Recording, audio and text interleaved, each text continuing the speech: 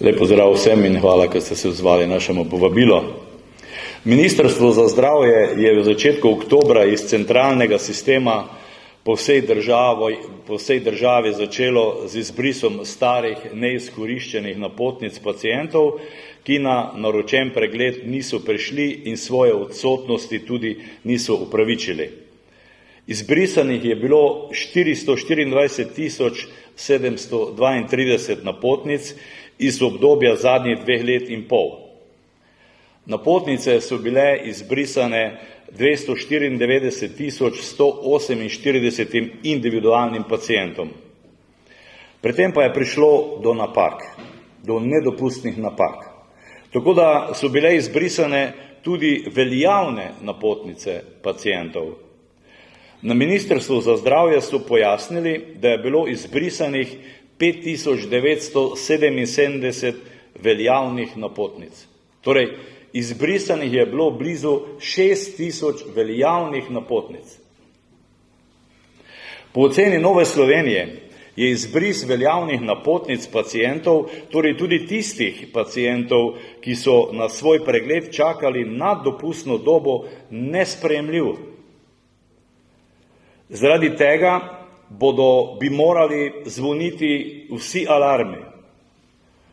Predvsem pa izbris kaže na stanje našega zdravstvenega sistema.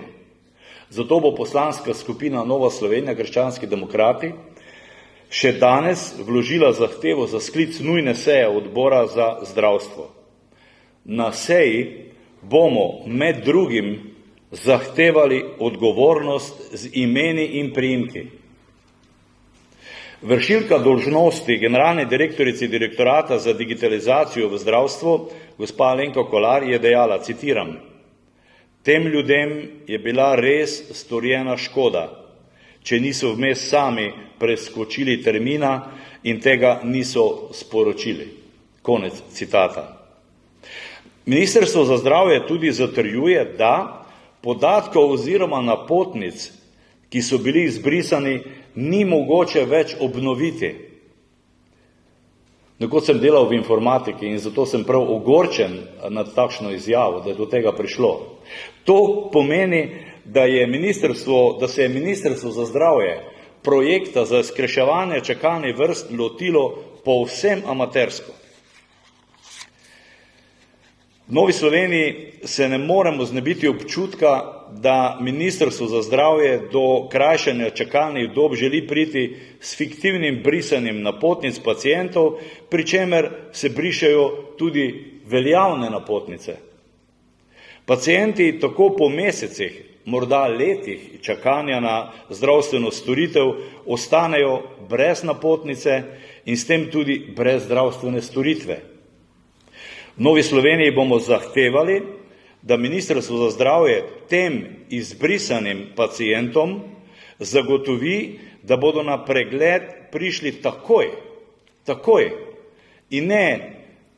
in se ne bodo zopet uvrstili na začetek čakalne vrste.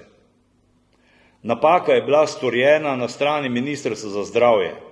Posledic ne bi smeli trpeti pacienti. Vsak zaposlen v Sloveniji od svoje bruto plače mesečno prispeva 6,36% za obvezno zdravstveno zavarovanje, dodatno 6,65% prispeva še delodajalec. Od povprečne plače posameznik na leto za zdravstvo odvede več kot 3000 evrov. Še enkrat, posameznik v Sloveniji, ki ima povprečno plačo, za zdravstvo odvede več kot 3000 evrov. Letno plačamo še dodatnih 420 evrov za dopolnilno zdravstveno zavarovanje. Statistični podatki pa kažejo, da ljudje v Sloveniji na leto porabijo še približno 400 evrov iz žepa za plačilo zasebnikov za opravljanje zdravstvenih storitev. V Novi Sloveniji se nam zdi preprosto nesprejemljivo, da ljudje, ki plačujejo zdravstveno zavarovanje, do storitev, ki so jih dejansko plačali, na koncu ne morejo priti. V Novi Sloveniji smo zaradi stanja v slovenskem zdravstvenem sistemu izjemno zaskrbljeni. Nedavni dogodki sprožajo velike dvome o verodostojnosti uradnih podatkov o čakalnih dobah v slovenskem zdravstvenem sistemu.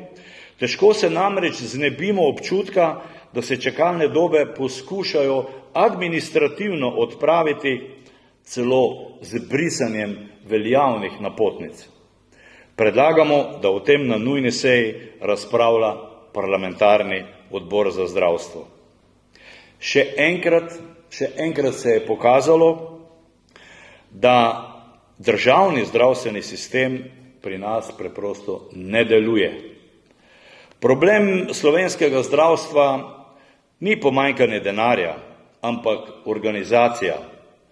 Zato si v Novi Sloveniji konstantno prizadevamo namesto državnega za vsem dostopno javno zdravstvo. Pogledam moje napotnice in ugotovim v aplikaciji ZVEM, že včeraj in danes ves dan dobim naslednje sporočilo. Zaradi sistema aplikacije ZVEM oziroma zaledni sistem aplikacije ZVEM trenutno ni dosegljiv. Prosimo, poskusite kasneje. Nekaj se očitno dogaja. Upam, da v prid slovenskih pacientov. Hvala lepa za vašo pozornost.